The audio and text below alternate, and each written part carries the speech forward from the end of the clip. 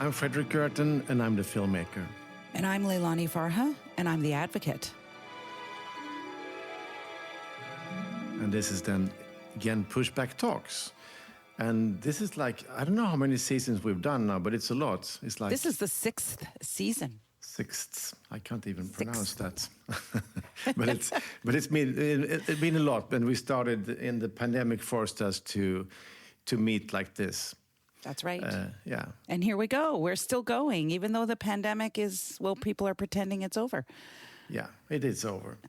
It is over. And you, Leilani, you've been out traveling again. You were in Barcelona for the big housing summit. That's right. The International Social Housing Festival. It was in Barcelona. It was amazing, actually. I made new friends and I met a lot of old friends that I hadn't seen since before COVID. So it was amazing. And of course, Barcelona, amazing. It's okay. It's okay. I've been traveling a lot. To? I don't know, since we met. Yeah. Last time we recorded, I was in Sheffield. Since then, before I was in Torino, and I've been to Capri. Nice. Show the film. And then I was in the Swedish political week in Almedalen. And now I'm going to Brussels to show my new film. For the Parliament? For the Parliament, yeah. Which is cool. Fantastic. I'm happy for that. Yeah. And then I will have a little break because I feel a little bit overwhelmed. Yes, I can imagine. But we have an amazing guest, somebody you met in Barcelona. Correct. And it's Emily Marion Clancy. She is Italian-Canadian, also all these Canadian roots, but born in Bologna and deputy mayor of the city of Bologna. So welcome to Pushback Talks, Emily. Thanks. It's a real pleasure to be here. So thanks for inviting me. So we are really curious about your work and the city's work. I was in Bologna to show Push at the amazing film festival, Biogra Film Festival, 4 years ago. And we had a cooperation with the Friends of the International Alliance of Inhabitants. It was Cesare Ottolini and his people came up and they traveled in and we had very nice debates with them. So I know that the issue of homes is also something people talk about in Italy, of course. It's a global thing, isn't it, Leilani? It most certainly is. I, however, did not make it to Bologna, but was fascinated by what I learned from Emily in Barcelona, where we met. So really happy that you're here, Emily, and I hope you can...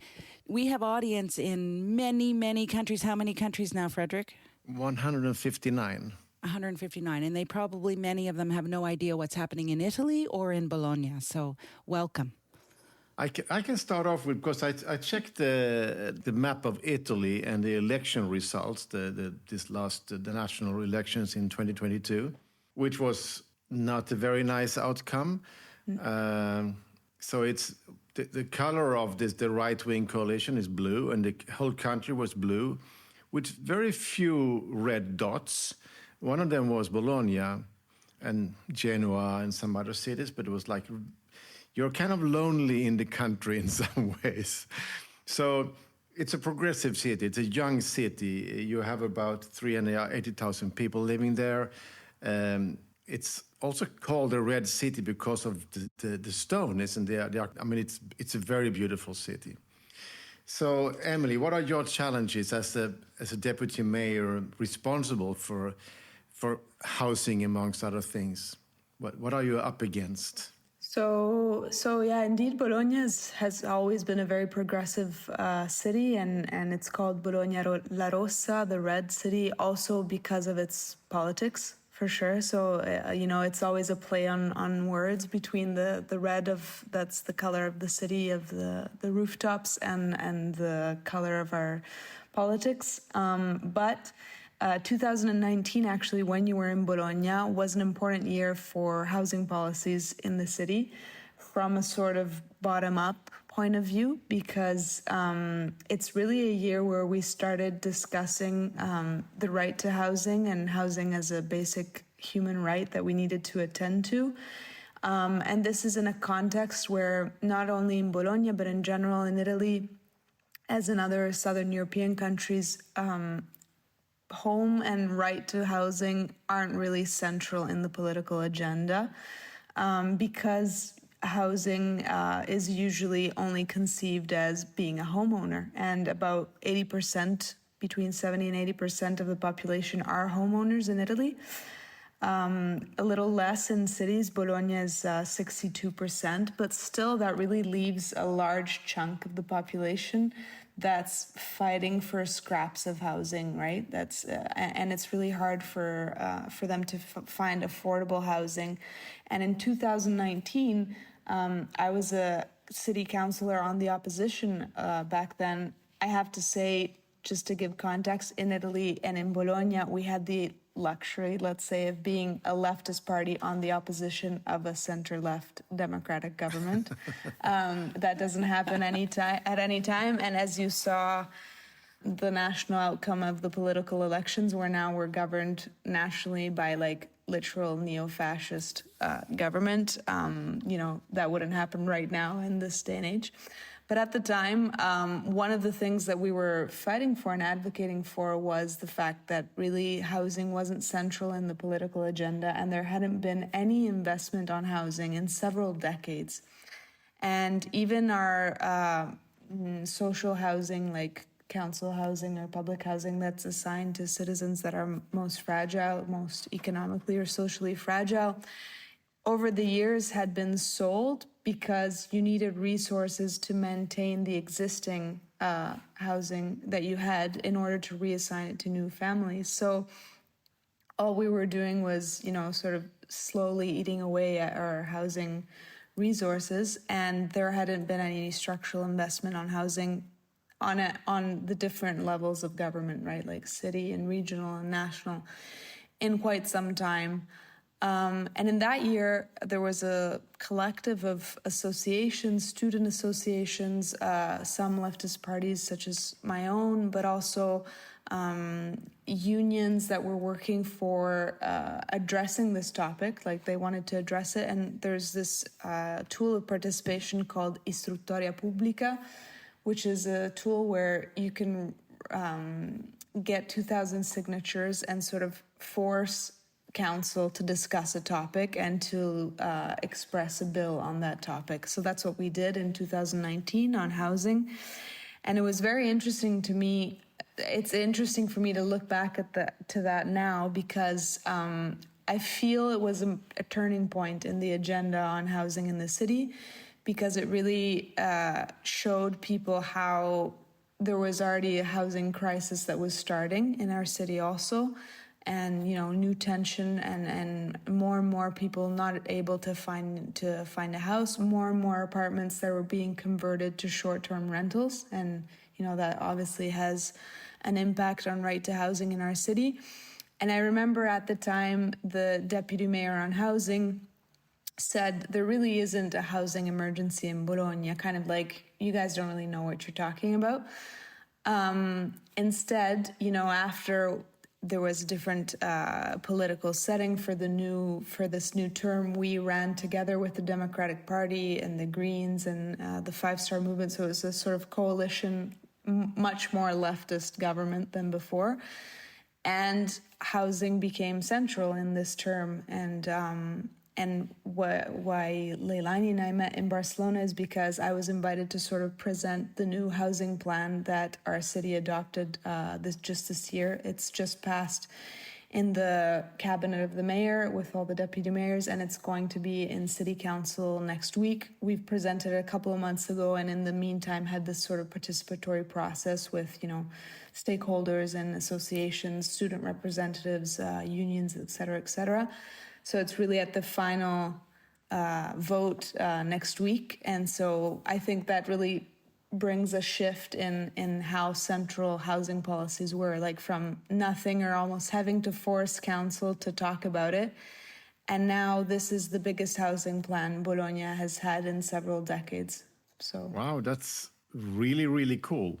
Yeah. And I guess that you will pass it because you have the votes that you need for it. Yeah, no, it's definitely going to pass. Our majority is very, it's sealed on and everybody knows, like recognizes now how important it is to have a housing plan. And also now we're acting on many different levels, like this is what we're going to do in Bologna, but there's also an alliance of cities that are working together to push national government to do something on housing, because the only response that we've had from this government is on the national budget law that's passed every year, they cut the funding to subsidize rent, which was the only existing policy on housing. And it wasn't even something structural. It wasn't, some years there was, some years there wasn't.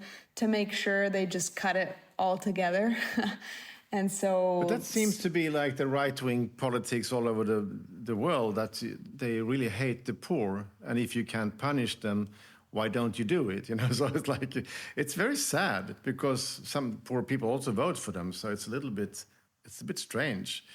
But I mean, this kind of Leilani, this is something we've been talking about many times, that cities can be progressive, cities can take the fight, but then they quite often also need national governments to help out with legislation and other things. Yeah, I'm quite interested in that relationship when you have a political party in power at the national level and its impact at the local level.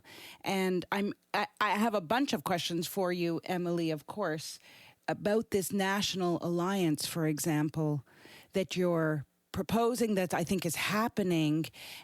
Could you tell us just a little bit more, like who's involved in the National Alliance? Are there other cities coming together? And what are the demands that you're making of national government? And has anyone been listening? Yeah, so it just started out as really different deputy mayors that had housing. So like housing deputy mayors in different cities of Italy. And we were just like, talking back and forth and exchanging policy and trying to sort of wrap our heads around how can we solve this issue in our cities.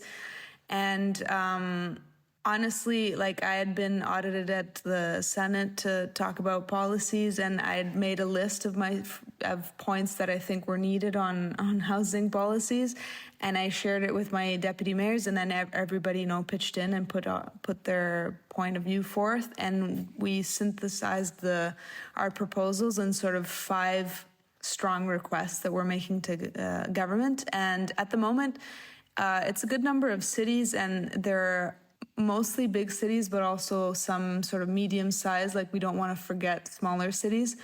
But the cities that are working together are almost all cities that are defined ad alta tensione abitativa. So like there's a legal definition for cities that have a high housing tension. Density. Yeah, but it's particular to housing. So like tension on housing and like difficulty to find housing. Okay. And so most of these cities are in that sort of group, and it's Bologna, but also Florence, Milan, Naples, Padua, Parma, Rome, Turin, Verona, Bergamo. Like there's quite a few now. Wow. Yeah. And are they across the political spectrum, or do they tend to be left? They're mostly, here we have like, what we call center left. So sort of like social democrat area. Mostly center left. There has been some cities that have started writing to us that are on the other side. But right. So far, most of the proposals are coming from center-left cities for sure. That's the one thing before you were pointing out how Fredrik, how in most of Italy, like there was only a few red dots. I have to say, the administrative elections of 21, which is when we were voted in, the major cities like Milan, Naples, Rome, Florence, a couple of years before, they're all center-left at the moment. So there's cities that are still left, but of course, nationally, it's gone very far right, for sure. So yeah, that's something that concerns us because, as you were saying perfectly, like they seem to hate the poor. The other big thing that's happened is they've cut il reddito di cittadinanza, which is our basic income law. Italy had only put it forth like a few years ago. We didn't have any basic income for a really long time. the Five Star Movement actually had really pushed for this and found a coalition government with the Democratic Party, Socialists, etc., left-wing Sinistra Italiana, and it went through, and then it's been taken down. So, wow, it's looking very. It's honestly quite frightening for the most for social justice in our country at the moment. So, trying to fight that and to be optimistic. We put together these proposals of what we need in our cities. And the idea was, okay, let's put together housing plans in our own cities to show that like cities are doing the max that they can. Like, because even cities were a problem for a long time. They didn't do housing policies either. It's not as much a city competence as much as it is nationally, but still, like, let's do all that we can.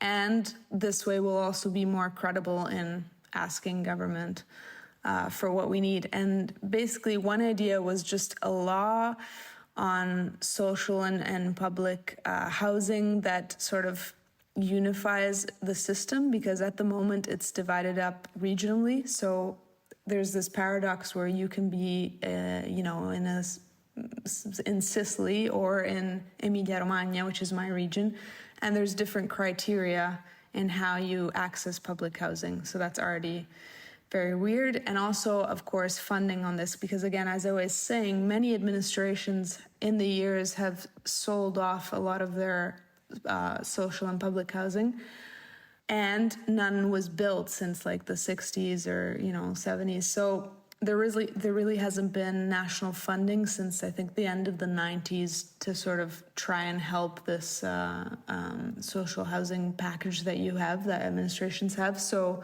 there is a mountain to climb, it sounds. You have to. Yeah. There's a lot to do. Definitely. But you're still doing something now. So this plan that you're putting forward now next week, will this create some noise around in Italy, some inspiration? Hopefully, there has been some noise about it.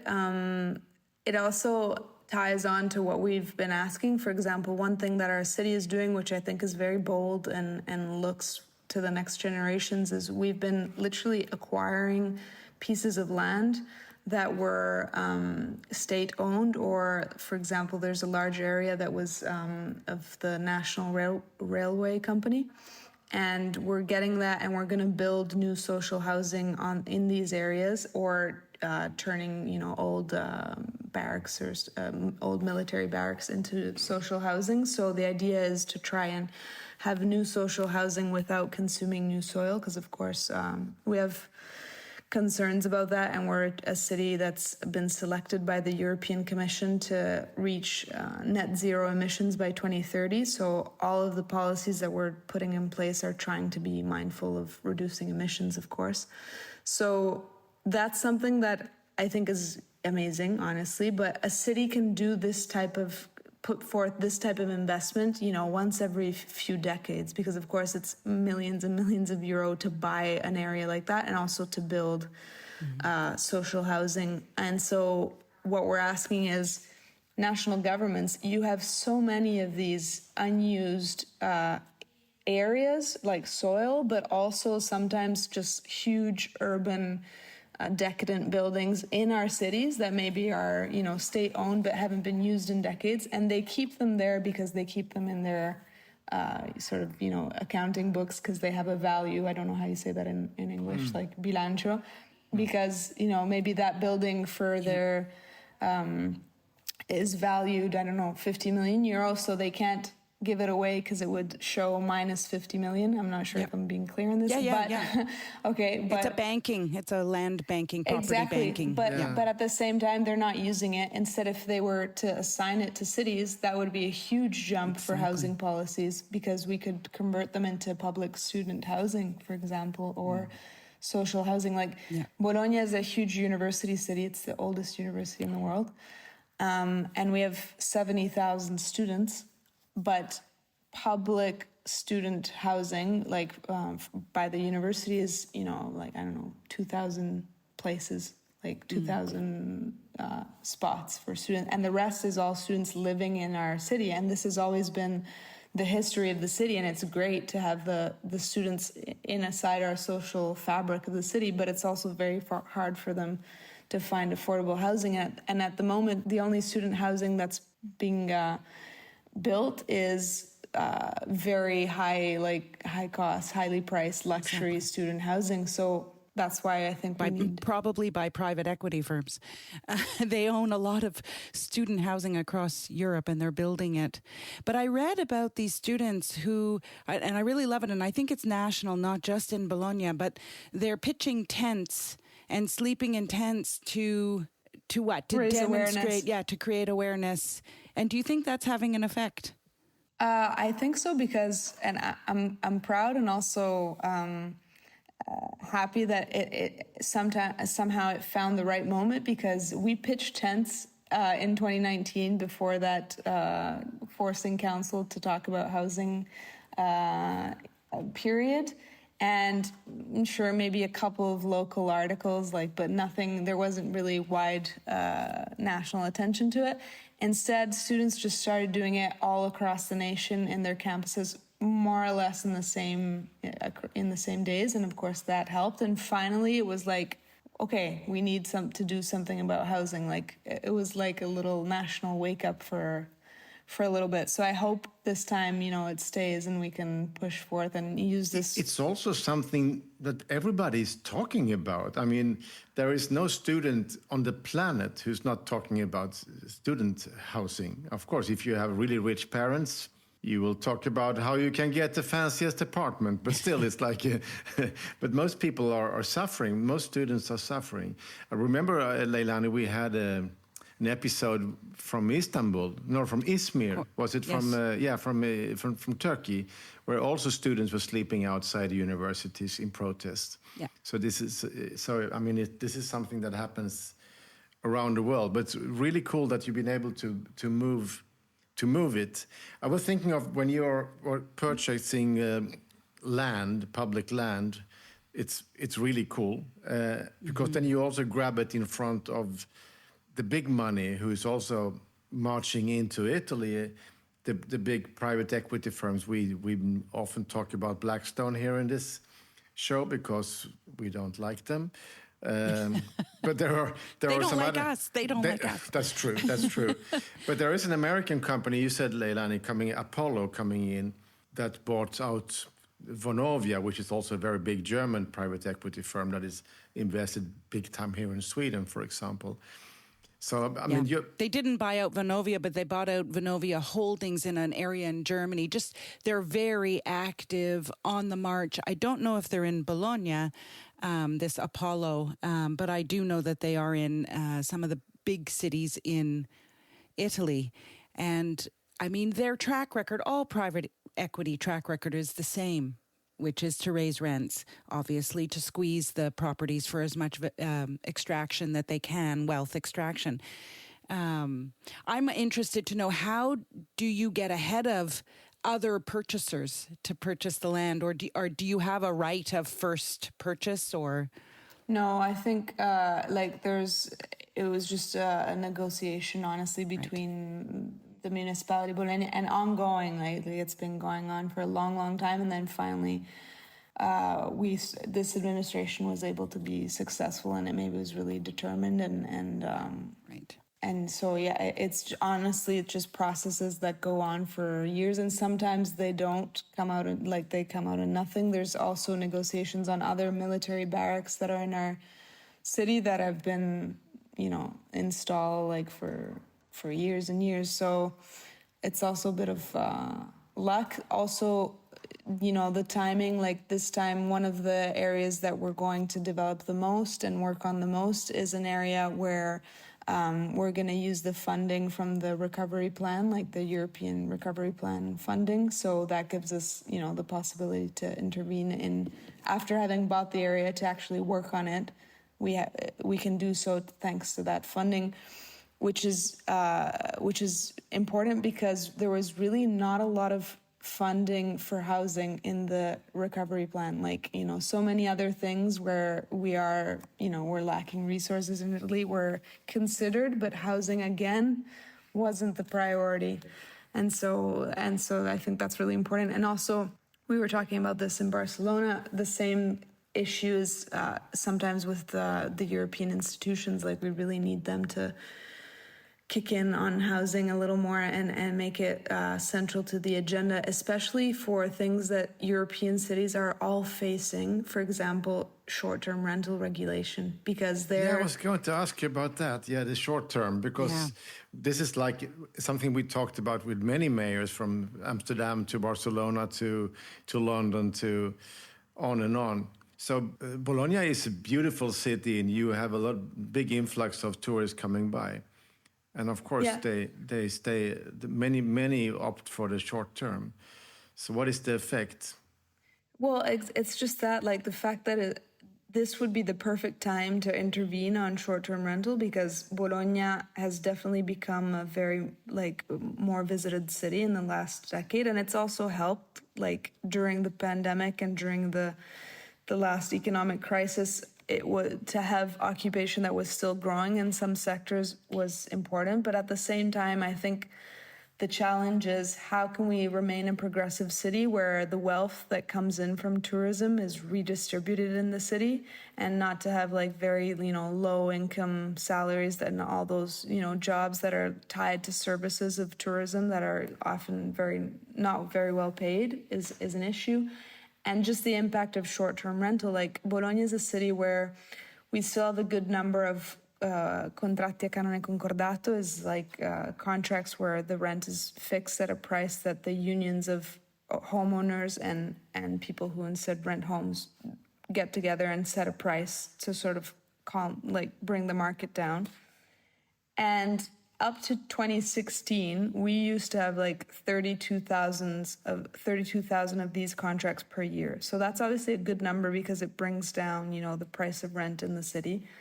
And you have at least a number where the rent is fixed in some parameters. But in the last, from 2016 to now, so, 6-7 years, that number has gone down to 25,000. So not alarming, but still, we've lost, like 6,500 contracts. And in the same years, in that same span, apartments inside Airbnb, for example, went up from 800 to 4,000. So it's almost, the parallel is almost perfect, right? You can see it coming, Yeah, and so the thing is, what we need, and that's one of the proposals that I'm putting forth with the other deputy mayors on housing and with the other cities, is a short-term rental regulation. And why I say we need this is because, unfortunately, unlike Amsterdam or other cities, we can't tackle this on our own. Like, due to Italian legislation, we need national parliament to put forth a law, and then give cities the tools to regulate it. And there is a proposal from this collective, you guys should check them out, they're amazing, called Alta Tensione Abitativa. They're a collective of urban planners, architects, lawmakers, social scientists, there's a bit of everything. And they started working together in Venice, where, of course, the tourism situation is completely out of control.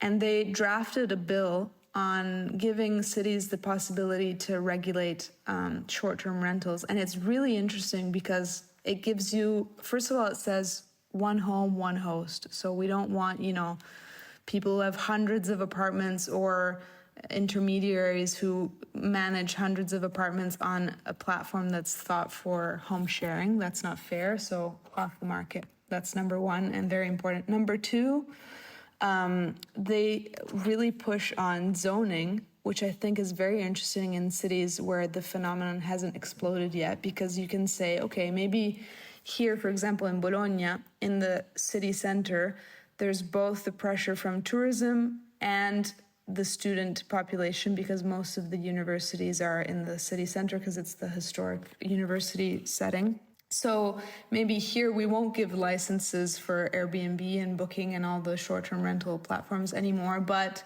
because, we've reached our cap. But, in this other neighborhood that's actually less, touristy and doesn't have any tourism at all, it might even be useful for me to, bring back to that area of the city and have people visit that area and get to know it. So it really gives you a bit of control on the phenomenon in your city, and it works on, again, zoning and giving a license that lasts for 5 years, and also the idea of rotating those licenses. So maybe, tomorrow Emily Clancy gets the license for 5 years, and then I'll take it away, and in 5 years I'll give it to someone else, because again, that's also redistributing the power of short-term rentals. It's really cool, and it's. Yeah. I guess somebody would label you as a left-wing extremist, but it doesn't really sound so extreme, does it? It sounds like, okay, why are not everybody doing like this, Leilani? Is it like? I think I'm so inspired in this podcast, honestly, Emily. So many of the things that you have brought up, I'm thinking, oh my gosh, I need to get you in front of other cities to talk about what's possible. You in Bologna, you're looking at what's possible, not what's not possible. It's so refreshing. And one of the things that I have been saying to cities is, if you get your act, especially cities that are so affected by national government, so if you get your act together, which is exactly what you're suggesting Bologna is doing in other cities, by developing your own strategies, then you're in a stronger position to say, look, we're doing our part. We're trying to realize the right to housing. And now, national government, it's your turn. And of course, the EU, the European Parliament, has an important role to play in pressuring the national governments. We've had on our show before a member of European Parliament. Kim van Sparentak. That's right. Yeah, and from the Netherlands, yeah, from the Greens, from the Netherlands. And she is working on, I'm sure you know her, Emily, she's working on some regulations around Airbnb, what we were just talking about. So I'm really hoping that you can help inform that process, because I think some of the ideas you were just talking about and this group is pushing for are very progressive. And I haven't heard some of these ideas before. Really so interesting. I like the use of zoning. And as you say, these 5-year increments and passing them around. It's a more cooperative idea of how to still generate resources for a city through tourism, because it is important for cities to have some resources from tourism, but for that not to be extractive and exploitive. So exactly. It's also for, I mean, we'll say if you go to some cities right now, Lisbon or central Barcelona, the touristification has killed the cities. Yeah. And it's, I talked to a restaurant owner in Alfama in Lisbon, and he said 5 years ago we were 250 families on the street. Now there are only 4 left. Everybody's out. Yeah, exactly. Like, that's exactly why I'm really frustrated at the process of why, the national government at the moment obviously is completely ignoring this proposal. Actually, they've called us to see the new draft of the proposal on short-term rentals. And at the moment, the only idea that they're putting forth is a minimum stay of 2 nights.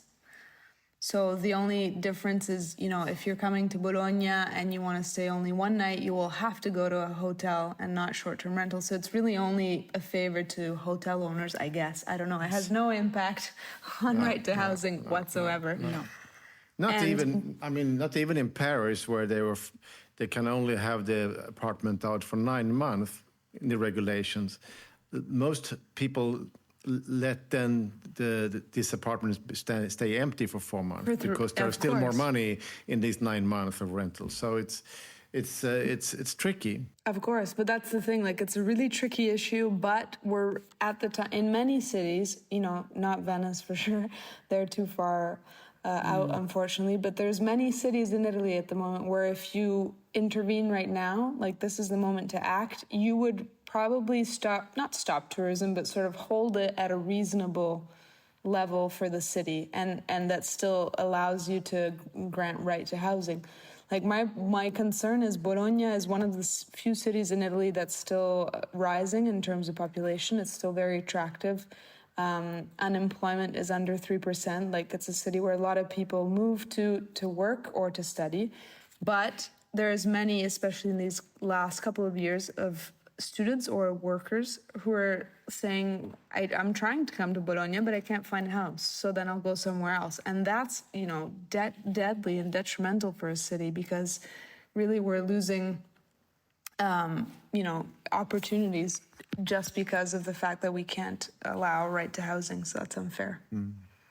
I was thinking, but when and I know you were going to be on the show about the floodings you had in Bologna this spring. It was really, really heavy. Yeah. And you were also environmental mayor. I understand your portfolio includes the climate issues. So that must have been a drama also. Yeah, I think I have part of environment. I think one of the best choices of our mayor, Matteo Lepore, was to sort of take climate and divide it up in a lot of deputy mayors, because it's something that we have to think of together as a team, and he didn't want to just have one environment person anymore. So Annalisa Boni is the deputy mayor who has like the actual transition and coordinates that mission I was talking about, the 100 smart, clean, climate neutral cities by 2030. But I have the climate office and I have climate assembly, which is really interesting because it's something that, again, comes from bottom-up movements. The movement Extinction Rebellion, which I'm sure you know, asked us to declare climate emergency a few years ago, and they asked us to create a climate assembly, a citizen assembly, and we did. So we have this assembly that just started actually last month, where there's 100 citizens that are randomly selected, divided by genre, area of the city where they live in, divided by gender, not genre, area of the city where they're residents or not residents, because we also have student and migrant population, et cetera, et cetera.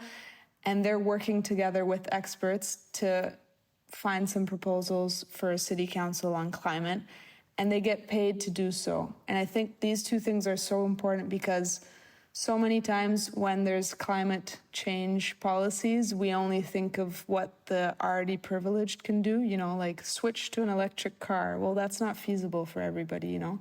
So we really need the point of view of the most disenfranchised people that are usually people who don't participate even in participatory processes. Instead, now we're randomly selecting them, right? So finding out points of view that maybe we would have never had otherwise. So I think that's really... My new film, Breaking Social, puts the question, can we afford a rich? and we know that the rich are the ones who spend most climate. I mean, they are the big spenders of everything.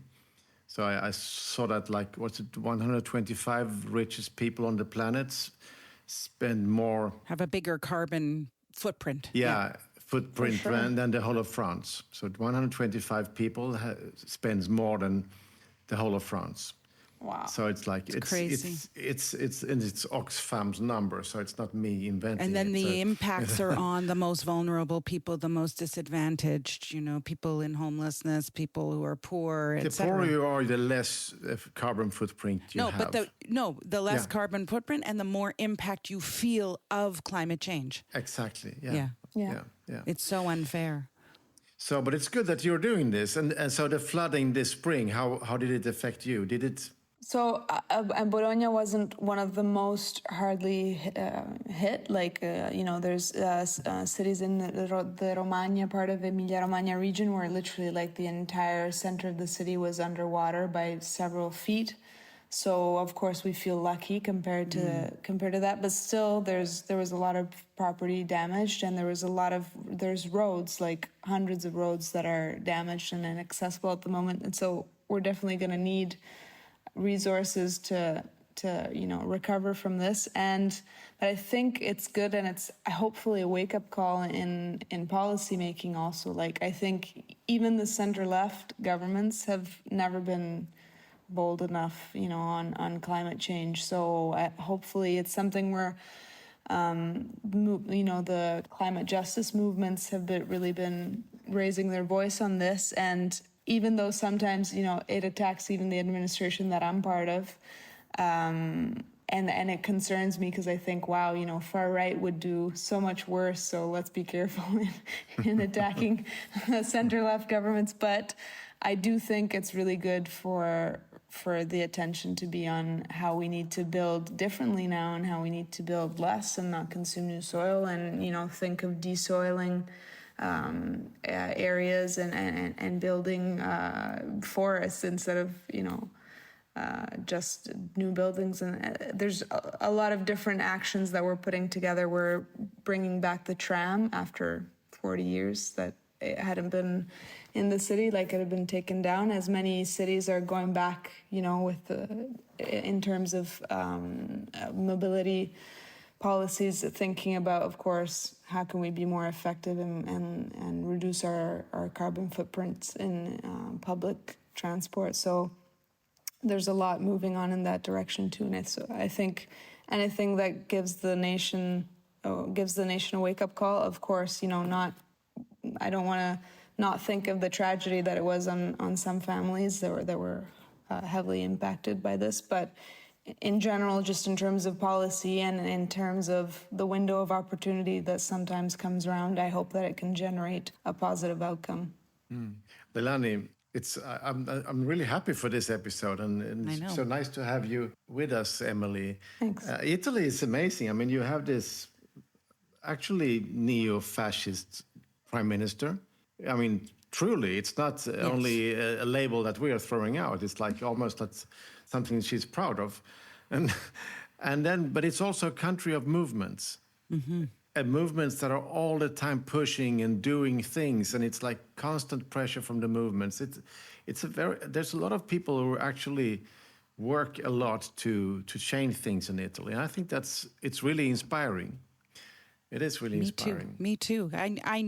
When I heard Emily speak in Barcelona, I knew we must have her on Pushback Talks. I'm so pleased you joined us. No, really, it's because, in my work, I'm always looking like, where are the good examples? Who's doing cool stuff? Who understands the human right to housing in a way that's practical and realistic and is moving it forward on the ground? And that's certainly what you provided us here. I actually think it's one of the best models at city level. What you've told me, everything fits right within the human rights framework and is really just doing the human rights framework. Especially, I love this People's Assembly that you were talking about and picking people randomly so that you're hearing voices you would never normally hear, because that's how we'll make change, is when we start hearing from the people who are suffering the problems. They often know how to solve those problems, or at least how to help us diagnose the problem better. So I'm really so impressed with your work. Thank you. And it's also the cool thing with the podcast is if we can spread inspiration, if we can send inspiration on. As we said, we have listeners in 159 countries. Of course, there are not many people in every country, but there are many of our listeners are active people. So this is really cool. I think some of the social movements in Bologna wouldn't agree with you because, of course, they always see like people who maybe come from movements and go into institutional politics as like the enemy. Selling out, yeah.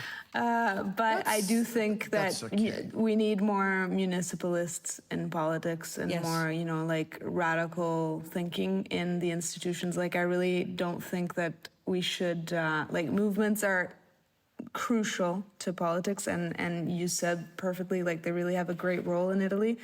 But I do think we have to not leave the institutions to, neoliberals. And that's it. Absolutely. No. You need. I mean, democracy also needs some kind of representative system, and so you have to run for elections. You have to be there. Otherwise, you can't change the laws, and you can sit and be angry by yourself. But that's in the end also boring. You need to move someone with your movement, and then so that you're in there. It's actually quite good. I would say. Leilani, do you have any final things to Emily, or should we send her off too? Because her team she's a busy woman, and we should probably let her go and do her work. The relationship between climate and housing, those are the big issues of the day, and you're in the middle of both of them, Emily. So I hope we stay in touch. I'm hoping the shift can connect with you after the podcast. And also I hope you can watch my film Push, but I could also send you my new film because you should actually do something with that in Bologna because it's inspirational, I think, for people who are politically active. Sure. And we now also have an Italian version of the film, so it's amazing. Yeah, send both. I will. So, Emily, thank you very much for being on Pushback Talks. Thank you. It was honestly a pleasure, and I love talking about housing anytime, so whenever. Great. And I was serious. I want the shift. We are going to connect with you in some way, shape, or form, bring you into some of our work somehow. I don't know. Feature you. Yeah. I don't know, cool. But I'll be in touch. And the podcast will be out quite soon, so we will also... I don't know if we have your handles on Twitter. I don't know where are you communicating on Twitter or? Yeah. Less since it's owned by Elon Musk, but yes. But no, it's still the place to be for international things. So I know. So, so we will. It will be out. So please share it also with. I will, of course, with your friends. Okay. Yeah. Thanks. Thank you. Thanks so much. Take care. Yeah, you Bye. too. Bye. Bye. So she was amazing. I was fantastic. Thank you for bringing her on. I mean, so you're out networking in the housing world again, and you find some really interesting, inspirational people. It's cool. That's the way to do it, isn't it? You hear someone speak, and you think, we need them on Pushback Talks, and it all works out. So there you go. That's good. Yeah. So it can also happen to our listeners if you find somebody who is really inspirational. Tell us, so we might be able to include them. Yeah. So there, Fredrik, I think we've done it. This is like the last episode for this season 6. Correct. Last episode. We made it. Phew. We made it. You're on your way to Australia. Mm-hmm. All the way down under. All the way down I know under. your husband is from there, so you have to go there and visit families and stuff. And my children are half Australian. They're Australian citizens. Oh my God! So they can always escape when Canada, the ice storms are taking over you. Exactly. They can go down to the extreme heat. Yeah. So good. From now on, we will do a summer series, send out some of our favorite episodes from before, and we will polish them up a little bit. Tell your friends about Pushback Talks. We can host more listeners. There are space for more ears out there. So you're welcome to share it and look out for Push the Film or for my new film Breaking Social, which is now the first theatrical release will be in Sweden now in August. Great. And then on it's Germany, Netherlands, Belgium, European Canada. Sweep. Oh, Canada. Also Canada. Canada will be probably October, we think. Look out for it. Let me know. Yeah. We're here. We're here. You will have to host a screening. Absolutely. Okay, thank you, and have a great summer, my friend. You too, Fredrik. Bye. Pushback Talks is produced by WG Film. To support the podcast, become a patron by going to patreon.com/pushbacktalks. Follow us on social media at make_the_shift and at push_the_film. Or check out our websites, maketheshift.org, pushthefilm.com, or breakingsocialfilm.com.